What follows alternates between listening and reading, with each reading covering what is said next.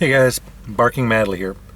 Wanted to bring up a couple of things, but first off, I guess I hadn't noticed it, but Lamb Dog, you said that I swear a little more when I'm sitting here in the car compared to when I'm sitting inside.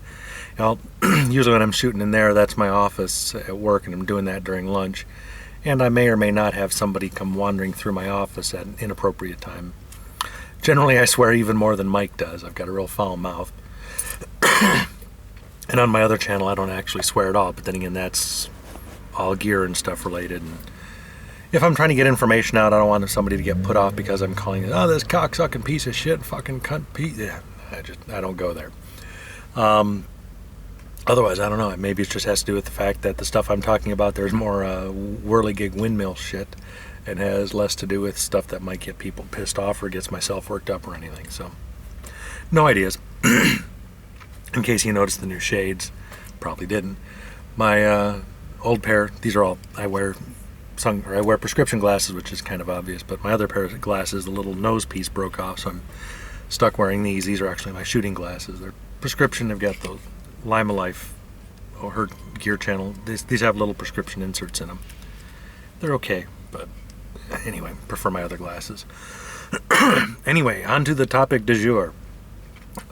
I've been kind of dancing around whether or not I want to do this video, which maybe that's a good reason to do it. But then again, I was kind of a little leery about that abortion video I did, and that went well. Anywho, actually, it's on the top. It starts off with the thoughts about glasses and whatnot. You kind of wonder how, people with bad vision or significant genetic health ailments actually are still around. Clearly, in the 20th century and such, there's all kinds of medical advancements that can help you get past it. But, like my left eye when I was younger, I could read no problem. My right eye, I'm blind as a fucking bat in. And consequently, I have no depth perception. I'm also a little red-green colorblind. It's like, how does that kind of stuff survive? You kind of wonder about that stuff. And then starting in the 1700s or 1800s, people started getting glasses where, being hard of seeing wasn't such a big deal, but a lot of people you see are walking around with glasses, contacts, or any of those other medical, the laser eye surgery and stuff, and you wonder how the hell does that make it through. And there's that kind of thing where you keep having all these medical advances that take care of other medical problems. I mean, diabetes is another good example where a simple medical treatment, just take insulin twice a day or whatever, and you can live a long, healthy, productive life. But you get rid of that, and you're fucked. And the problem is when you start going down this path of discussion is where you get into the real touchy subject, and you start almost sounding like you're into eugenics, which I guess it kind of is.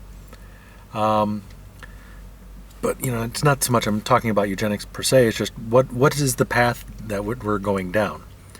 And the whole thing that got me started thinking about this actually was a friend of mine. Her and her husband have been going through fertility treatments, and she's pregnant now, and they've had their second kid via fertility treatments. What's going to happen in about a century or two, at least in the West, because clearly this stuff's not going on in the second world or third world. What's going to happen, though? Are we going to end up with, the human beings as a species, or at least as Westerners, that half the people have to be born via C-section, you can't get pregnant unless you're on all sorts of medical treatments and fertility treatments? Because right now, as it stands, the only thing we do is we treat the ailment. I mean, my eye is still fucked up. I can go get laser eye surgery and it'll see better, but it's still a fucked up eye. Until we can get some kind of genetic treatments that actually fix the problem at the source, we're stuck. And I'm not even sure that most people would be even willing to undergo genetic stuff, although if you watch the science fiction shows, people will eventually, but I don't know that I buy that. I mean, with all the concerns people have about genetically modified foods, I can't see a lot of people willingly genetically modifying themselves. So what are you left with? I don't know. I mean, it's a really ugly path to go down when you start thinking about it. But I think it's worth thinking about, which is why I'm making this video. If you think about the, and I'm using the word technically, the retarded people, the idiots, the morons, and all those, the folks that are have a significant learning disability, the folks that have Forrest Gump and dumber. Back in the day, a lot of them were sterilized.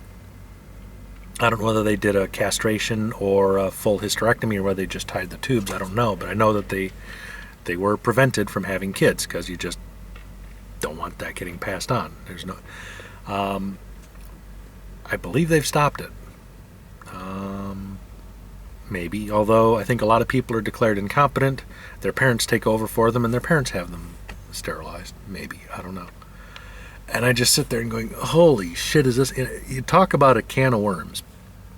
I mean, you can understand it. The right of the parents to have the kid, about as fundamental a right as you can get. But if you have two people that are, well, for using historical examples, both of them say have an IQ of 60, the plumbing down there still works, just the cognitive up here doesn't work. And if you have two people with an IQ of 60, you're pretty much guaranteed that their kid's not going to be much better off. Now, maybe that doesn't happen. I don't know. I mean, I do know of deaf parents that are genetically deaf that gave birth to kids that could hear. Had a roommate that was that way. But, you know, if the whole think of the kids, I mean, do you really want to have people with a significant problem giving birth to people with a significant problem? Well, if you say, yeah, it's okay for the retarded people, but what about people with, like me, bad vision, or I've got scoliosis, or people that have diabetes? I mean, you know, I'm tempted to, you know, very, very strongly say, no, let people do what they want. I'm not tempted. I mean, I'm very strong of the let people do what they want, but then you have to say, okay, what are the consequences going to be? And especially with things like fertility treatments and cesarean sections. Okay, let's say we do have an SHTF type of deal. You know, global. What happens here in the States? Maybe it doesn't. Maybe the whole SHTF doesn't happen for another 50, 75 years until a lot more people are having assisted birth and assisted pregnancy. What the hell happens during that's SHTF, where you don't have state-of-the-art medical facilities, state-of-the-art medical technologies? I mean, they've been doing cesarean sections since back in, you know, there's, you know, I guess Roman times, but generally it would kill the mother way back then. What about, you know, all the folks that can't get pregnant without medical help? Are we in the West going to suffer from a population drop or a lack of population resurgence because we are so medically dependent? Don't know. I mean, I think the right thing to do is we just let that, you know, we let nature take its course and we do what we do. You know, if you want to do what you want to do, you want to get medical help to have a kid, go for it. But I still can't help wondering about the effects of that.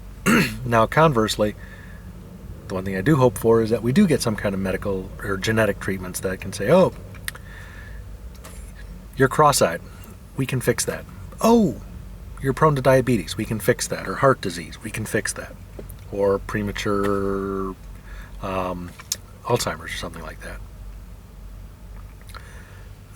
But in general, it just seems like it's one of those, there's not a good answer to it, there's not a good choice. There's the personal freedom choice, which, barring anything else, that has to be the way we go.